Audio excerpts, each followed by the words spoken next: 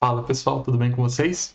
Na aula de hoje eu quero falar sobre um tema muito legal e muito importante e que causa um pouco de medo para quem está começando na área de programação, né?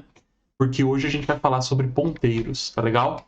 Então é uma coisa aí que, como eu disse, causa um pouco de estranheza a primeira vez que a gente vê, mas eu quero mostrar para vocês que não tem segredo nenhum em trabalhar com esses ponteiros, tá legal? Então, primeiro a gente vai fazer uma introdução teórica do que eles são, né? Rapidinha. E depois a gente vai pôr a mão no código e mostrar como é que a gente usa ponteiros no nosso dia a dia, beleza? Então, sem mais delongas, vamos para nossa aula. Bom, pessoal, então vamos lá. Vamos entender de maneira muito simples o que são esses ponteiros, né? Então, aqui a gente tem representado num desenho bem simplesinho o que é a memória do nosso computador, beleza? Então, a nossa memória ela é basicamente composta de espaços, que eu estou representando aqui por essas caixinhas, tá legal? Aonde a gente pode guardar informações, certo?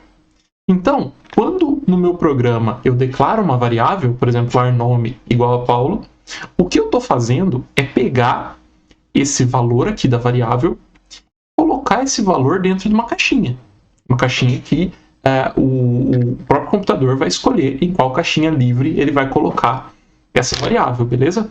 Então, a gente sabe que essa caixinha agora passa a ter um valor que representa o nome Paulo, certo? E no meu programa, essa caixinha é representada por um alias, que é o nome da variável, certo?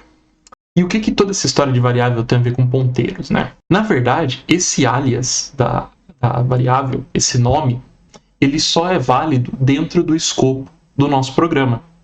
Quando o nosso programa, depois de compilado, enquanto ele está sendo interpretado, ele vai falar com o processador, com a memória, esse nome não quer dizer nada para o computador. Então, esse endereço de memória ele é tratado de outra forma pelo computador. É muito comum, na verdade hoje em dia não é tão comum assim, mas quem é usuário aí de longa data de sistema operacional, né, já deve ter se deparado com um erro desse tipo aqui. Então, a instrução nesse número aqui referenciou a memória nesse outro número aqui. A memória não pode ser read. E daí, o que isso quer dizer? O que ele está falando é que o valor que deveria estar nessa caixinha, ele não está mais lá dentro, ele não pode mais ser lido, beleza? Então, esse daqui é o verdadeiro nome da caixinha. Então, dentro do meu programa, eu posso usar a palavra nome. Fora do meu programa, o computador não reconhece essa palavra nome. Então, eu tenho que usar o endereço, vamos dizer assim, o número de endereço dessa memória. E esse número de endereço é exatamente o ponteiro da minha variável. Então, o ponteiro nada mais é do que algo que referencia um lugar na memória. Então, assim como eu uso variáveis dentro do meu programa, no meu sistema operacional eu não vou usar variáveis, eu vou usar ponteiros, beleza? Eu posso ter uma referência desse ponteiro dentro do meu programa. E aí é o que a gente vai ver agora com mais calma, colocando um pouco de código aqui para vocês entenderem de maneira mais prática isso aqui que eu estou falando, beleza? Mas de maneira geral, os ponteiros são basicamente endereços na memória que eu estou referenciando com uma variável lá dentro. Bom, pessoal, partindo agora para o código, então, eu preparei aqui para a gente estudar essa parte de ponteiros alguns exemplos usando a linguagem Golang, né? Ela é muito conhecida por você ter que lidar com ponteiros às vezes, né? Mas se você não conhece a linguagem, não tem problema, a gente vai fazer coisas extremamente simples aqui, tá legal? Então isso aqui basicamente é a estrutura de um programa em Go, né? E o que a gente vai programar de fato, que vai ser interessante para a gente estar aqui dentro dessa funçãozinha main. Legal? Então é aqui que eu vou começar a lidar com os nossos ponteiros, tá legal? Então, para começar, vamos declarar uma variável. Aqui no Go tem uma forma muito simples de fazer isso, que é assim. Então, basicamente, eu já declaro essa variável e atribuo o valor 1 para ela. Ele tem inferência de tipo, então a gente não precisa se preocupar com o tipo dessa variável agora. Legal? E aqui é muito simples, né?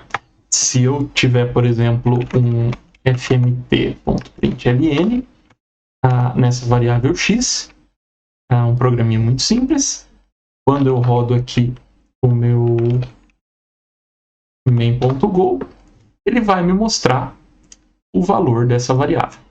Beleza? Então tá aqui 1. Legal? Agora, para eu declarar um ponteiro no Go, vou chamar de pointer, né?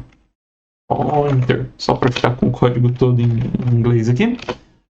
Eu simplesmente uso esse e comercial aqui e passo a variável. Então, quando eu uso isso aqui, eu estou passando o ponteiro, ou seja, o endereço da minha variável x. Tá legal? Então, aqui é bem intuitivo, né? Se eu fizer um println do meu pointer, ele não deve me retornar o valor dessa variável. Beleza? Ele deve me retornar um endereço de memória. Então, quando eu salvo isso aqui, volto para o programa, olha a diferença agora, ele me deu aqui o 1 e esse número aqui, hexadecimal, que é o endereço de memória no qual o meu 1 foi guardado. Beleza? Isso vale para qualquer tipo de variável. Então, se eu quiser gravar aqui uma variável string, por exemplo, esta é minha variável.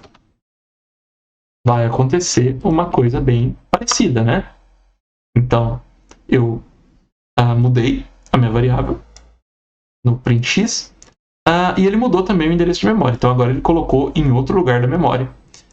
Se eu rodar aqui de novo, novamente ele muda o endereço de memória. Então, ele vê, baseado no que eu estou rodando na minha máquina, no que você está rodando na máquina de você, na sua máquina, na verdade, né?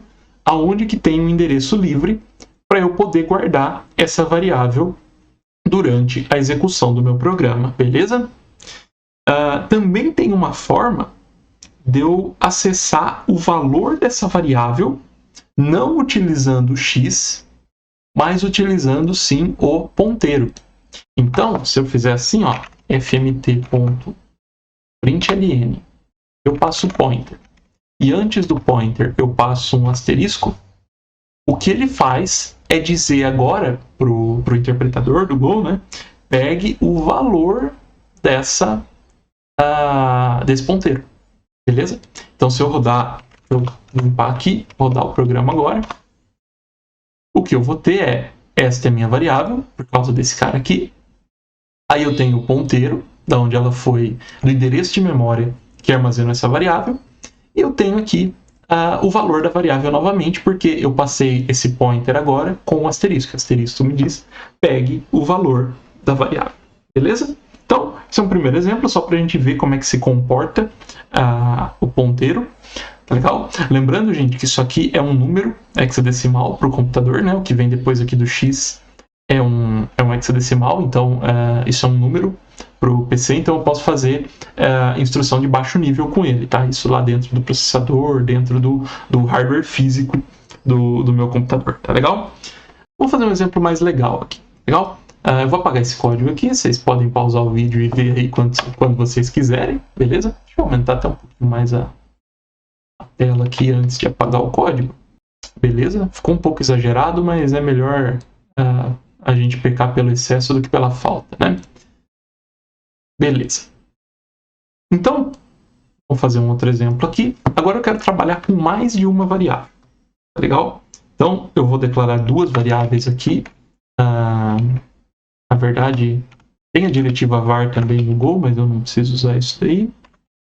Então, duas variáveis que iniciam no mesmo valor, tá legal? 2 e 2. Então, eu tenho aqui minhas duas variáveis. Esses erros que ele dá aqui é porque a gente não está usando a variável e o pacote, tá legal? O Go não deixa a gente trabalhar assim, tanto que se eu salvar isso aqui, ele já some com o meu import daqui. Então, isso é característica do Go, tá legal? Mas vamos para o que interessa. Eu vou pegar aqui os ponteiros para essas variáveis. Então, pointer x vai ser e comercial x. beleza?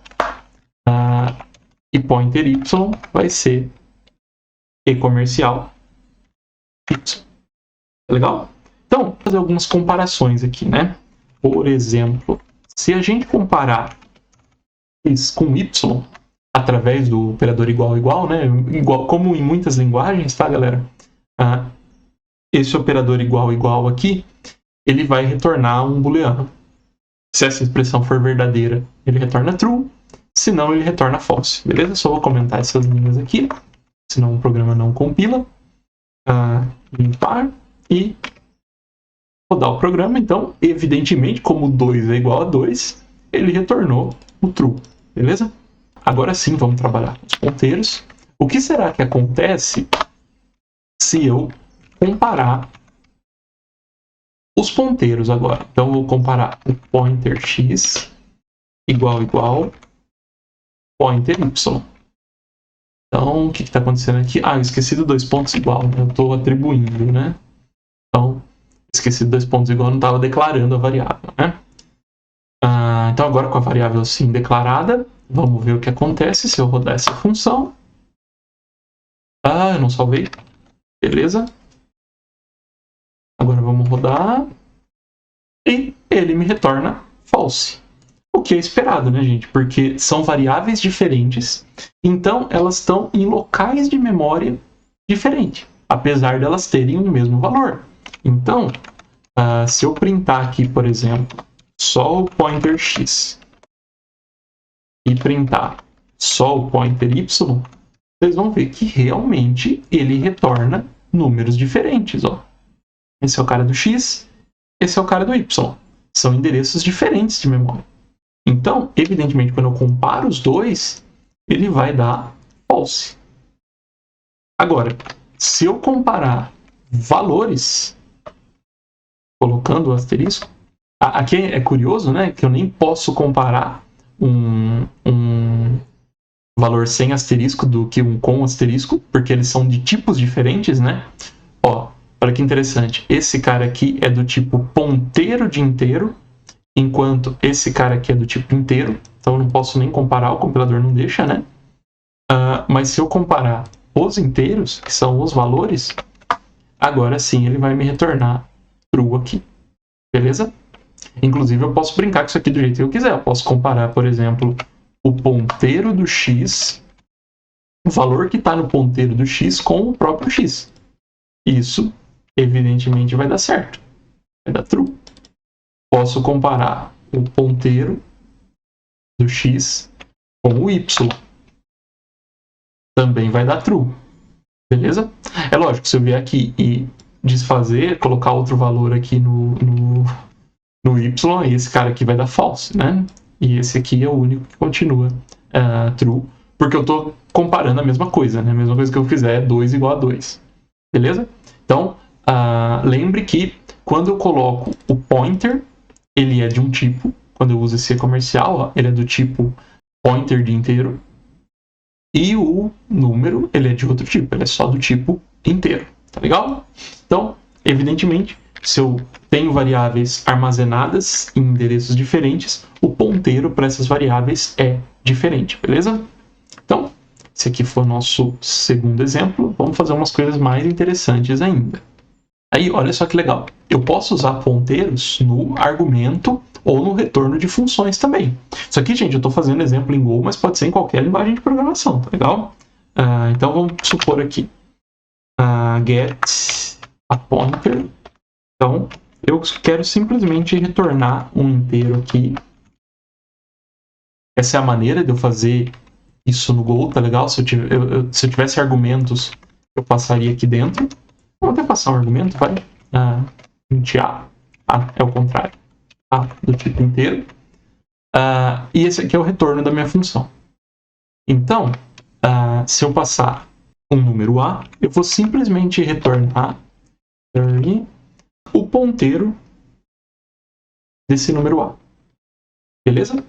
E agora vamos trabalhar com essa função aqui. Eu quero, então, comparar fmt.println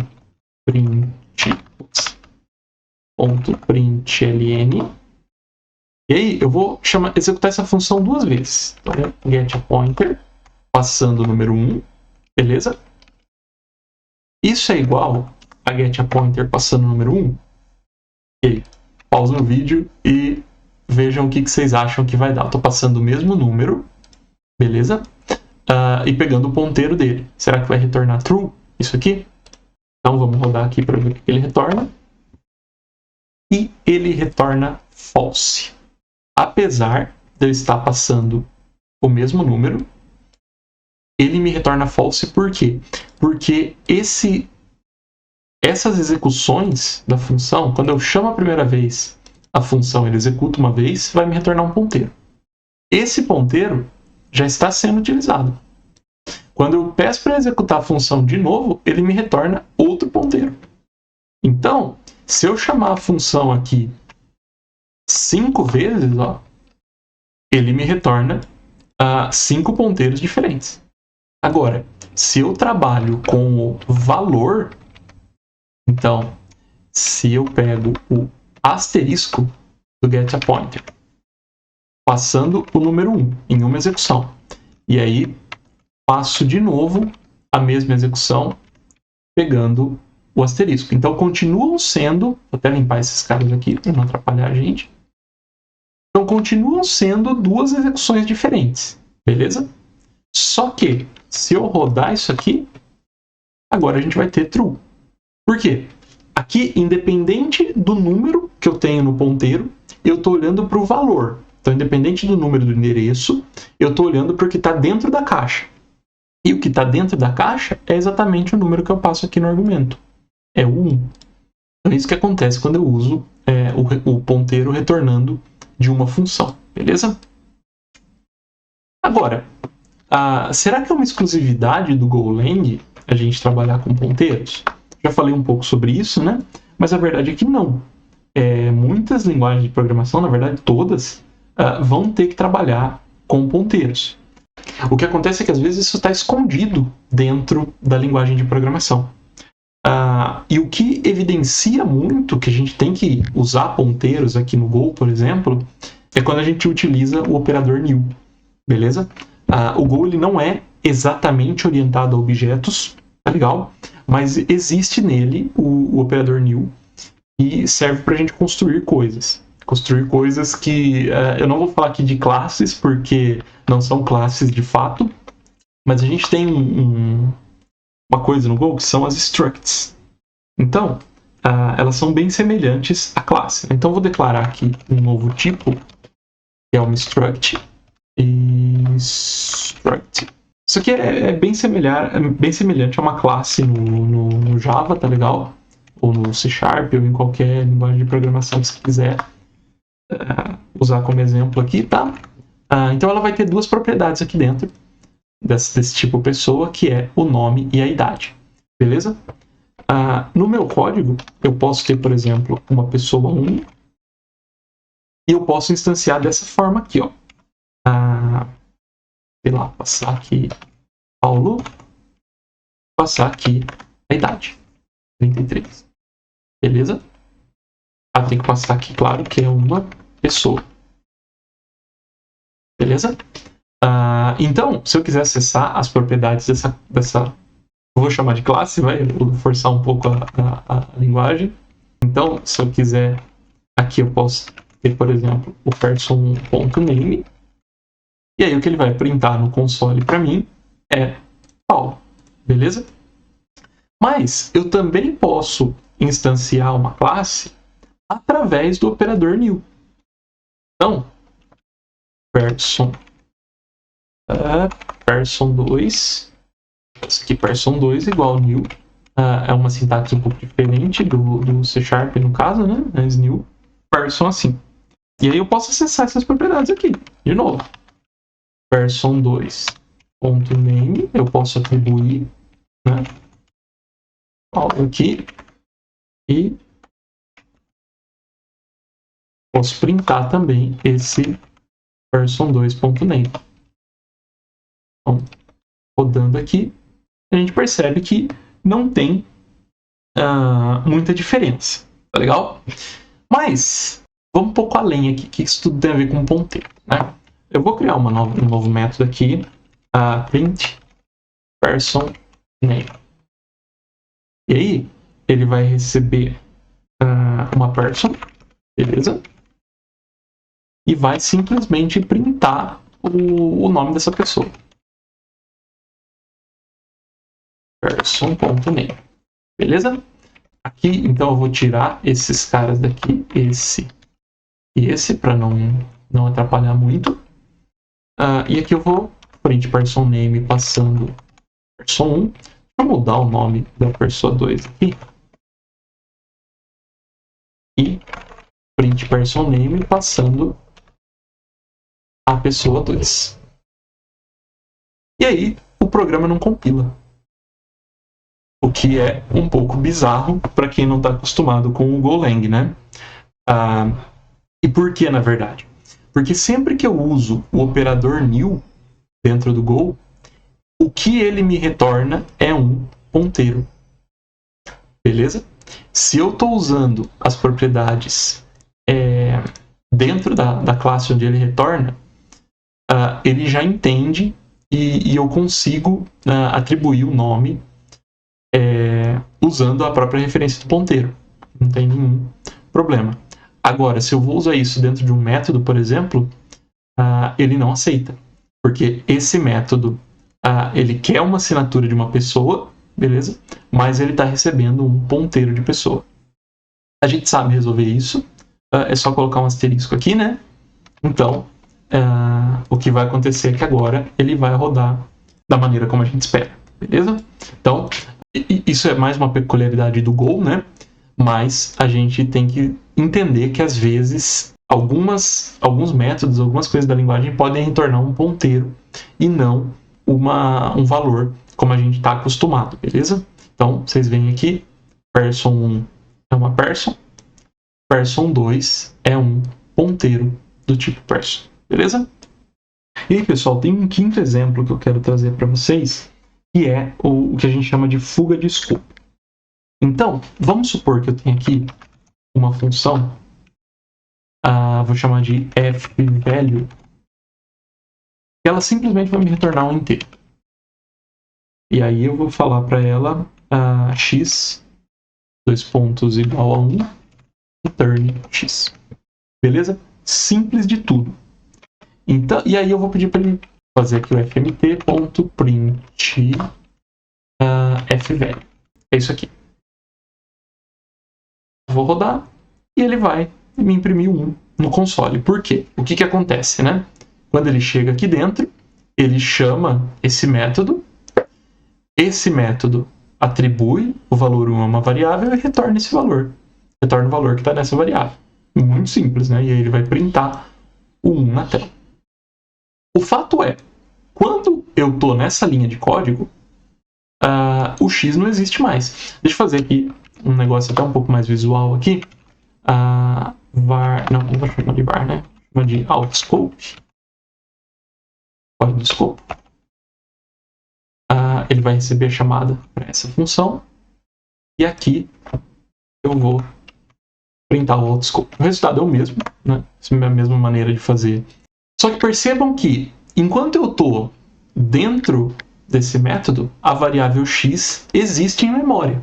Existe uma caixinha lá na minha memória, aonde estava guardado esse valor x com o alias de 1, ou com esse valor de 1, com o alias de x, dentro de um endereço de memória com um ponteiro. Beleza? No momento que eu paro a execução dessa função, esse valor do x ele é atribuído em outra caixinha, no outscope. E o x ele já é descartado pelo garbage collector. Ele já tem o computador já identifica que não vai mais precisar desse x e descarta ele. Beleza? Quando, ao invés de retornar um valor, eu retorno um ponteiro, eu posso ter o que chama de fuga de escopo. Então, vamos supor que eu tenho aqui um outro método que me retorna o fPointer. Agora ele vai me retornar um ponteiro uma variável y, 2 pontos igual a 1. Eu vou pôr outro valor, por 2. E vou falar para ele retorne o ponteiro do y. Beleza? Aí eu vou ter aqui um outscope 2 que vai receber o meu f point. Beleza? E eu vou printar aí outscope 2. Se eu fizer assim, o que ele vai fazer é printar o endereço de memória. Então, e beleza, printou o endereço de memória. Não é isso que eu quero. Eu quero que ele printe o valor que está nesse endereço de memória. Beleza? Então, eu vou fazer aqui, ele vai printar o 2, aparentemente da mesma forma, né? Mas o que acontece? Nesse caso aqui, quando eu estou usando essa variável outscope 2, a minha variável y, diferente da minha variável x, ela ainda existe em memória. Por quê? O programa detecta que o meu outscope 2 ainda vai ser usado, beleza? E esse outscope 2, ele tem uma referência para o valor que está dentro daquele ponteiro. Então, o que acontece é que o próprio programa entende que ele não pode descartar o valor de y, porque eu ainda vou chamar esse valor de y aqui dentro da minha variável, beleza? Se por algum motivo eu descartar o meu valor de y antes dessa execução da linha 10, o que acontece é esse erro aqui. Eu estou tentando olhar para um valor da minha memória e ele não está mais lá. Então, um erro desse tipo aqui é causado por uma fuga de escopo, que nem a gente vê aqui dentro desse contexto, tá legal? É claro que aqui é um programa muito simples, então é muito fácil da gente entender o que está acontecendo, né? Mas, num programa mais complexo, eu posso ter problema por causa dessa fuga de escopo. Por isso que algumas linguagens de programação elas abstraem esse uso dos ponteiros. O Go não é um exemplo de uma linguagem que abstrai muito isso, tá legal? Então esse aqui, pessoal, foi o nosso quinto e último exemplo, beleza? Bom, pessoal, espero então que vocês tenham gostado dessa aula, espero que vocês tenham entendido os exemplos direitinho, né? Como é que a gente trabalha com ponteiros, o que eles são, na verdade, né? E se você gostou, se esse conteúdo te ajudou de alguma forma, não esquece de deixar o like, se inscrever no canal, para que a gente possa estar sempre trazendo conteúdos desse tipo aqui para vocês, tá legal? No mais, um abraço e até a próxima aula.